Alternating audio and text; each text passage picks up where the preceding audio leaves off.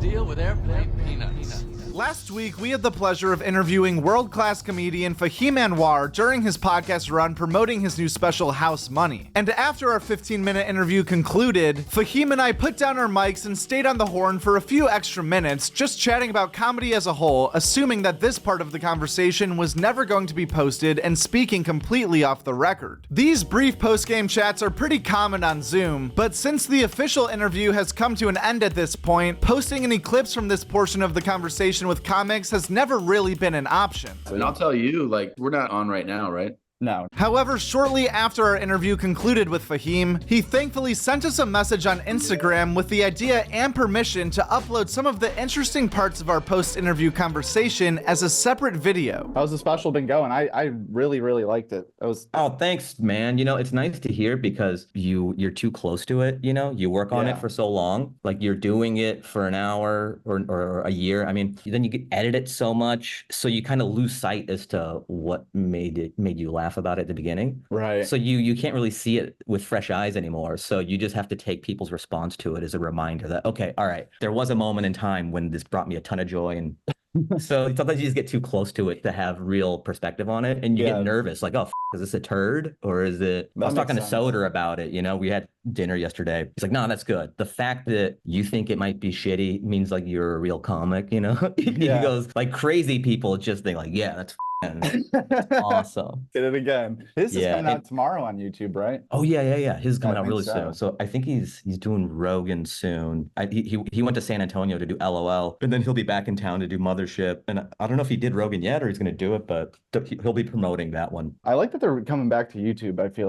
like there was a moment where they were all on YouTube and then they weren't, and I think it's cool. Well, I think you just can't compete with zero friction, you know? Like if you're a comedy fan, hitting a link and it coming up is very powerful. Yeah. And I think also what's cool, when I put a special out on YouTube or anybody does, it's like putting your special out in the Roman Colosseum. You're opening yourself up to all the comments and shit. Yeah. And that's kind of beautiful though. It's instant discourse. Right. It's a message board. It's Netflix. It's everything in one. You don't have the protective layer of a streaming service. You know what I mean? Yeah. Because like if you have a Netflix special, like some of them are great and all that stuff, but like if you're one of the protected, they're trying to like push boost you to up, America, like top 10 on you would have to go into a message board to shit on this person or whatever. Right. Like I'm condoning shitting on people, but like there's these added layers where you have to, it's not like right there, whereas on YouTube a thing pops up and then you can say unload all your venom, or the people like making friends in the comments like, I liked this joke, and then there's 8 replies being like, that was my favorite part too. It's like, and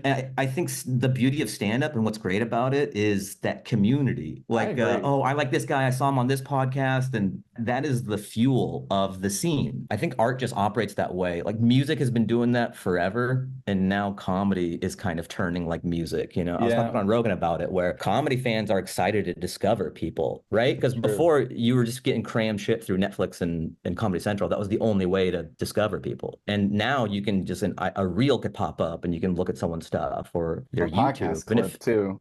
Right. Isn't it a little more exciting when I think you take more ownership of your consumption? You know what I mean? Because it feels like you're choosing this thing rather than something that was blasted on the radio. Yeah, and you can tell people about it and like get credit. Even the videos I post is mostly about podcasts at a certain extent, even though stand-up is the thing that everyone likes. Like comedians do stand-up, but you couldn't get access every week to new stand-up. You get that once a year or maybe once every 2 years. So it's like now you can collaborate. You can't be on stage really together with another funny guy, but you could sit down and talk. So now they get like constant, every week I'll hear from my favorite guys for 2 hours. They'll talk to each other. You'd have to see them live and they'd have to be on the same show. Maybe they'll like, I don't know. It's almost like the podcasts are just like one hitters throughout the year. And then a special comes out and that's mainline heroin. Yeah. Exactly. You know, like, all right, this will tide you over week to week until I have a special. Yeah. But it also sucks for a guy like me who hasn't figured out the podcast element of it yet. And I just love stand-up because the culture now within comedy is just podcasts are so huge and they want to know you from week to week and check in that way. So when you just have these specials that come out, you're not in the consciousness enough because once a year, once every 2 years is too sparse without anything in between. Yeah, nowadays. But also that's why Fahim Works on stuff is so cool because it's like your podcast is doing the craft, which is even more impressive than like I think Josh Johnson, I think that's his name. He's great too, man. Yeah. His output's insane, and I'll try to get notes from him on what's good algorithmically for YouTube. And yeah, he puts out so much great stuff too. Like people doing like constant, that's way more impressive than like bullshitting with your Chatting. friends. Kind of, yeah. True. I know, yes, but then also there is a romance and there is a bit of envy where you're like, oh, people just like this person's personality and they can talk, they could read a phone book and people are locked in for 2 hours. That's just as someone who writes so many jokes, I'm like, oh man, so much work. It'd be cool just to be like, hey, what'd you do today? But honestly, every time those specials come out, I feel like those fan bases are like, I like the pod better. Like your podcast funniest moments are like, some not every time, but some of like the biggest, like, oh, you're known for just having a funny personality on podcasts. Like the fans just want it to be the podcast. And then you're a podcaster, not like a comedian to some people. It's so weird. It is. Like, but the other the pie definitions. The pie, like in terms of demographics, the podcast pie is way bigger than the stand-up fan pie. You know, Ari Manis, like he would open for me sometimes on the road, and he opens for a lot of people. He would open for Theo. He'd open for Norman. He said this thing. He's like, you can tell who's mostly has podcast fans or who has stand-up fans. Because he loves opening for all of them. But he said when he does Theo's, it's kind of like a party, and they're unruly a little sometimes. And he goes, Norman's crowd is, you could hear a pin drop, like they're locked in. And I've performed on Norman's show before. He did the main room, and I got to perform for a Norman crowd, and it was fucking great, man. I'm like, oh, I love this. It's like driving a car. Like his audience is, I just love crowds that are trained for just great material and jokes.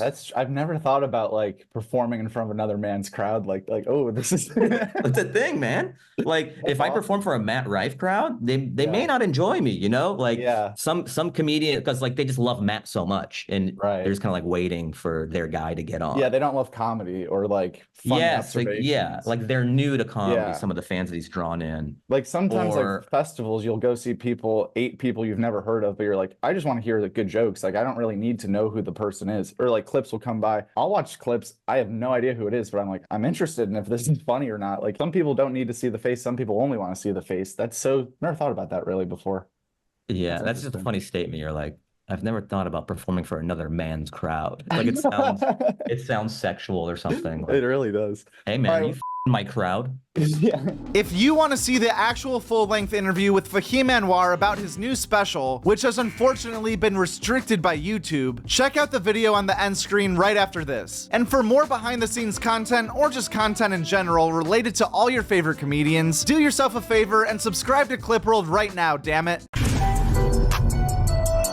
At Joke World. That's it, at Joke World. And the world is WRLD. That's a great YouTube channel, Joke World. Check it out.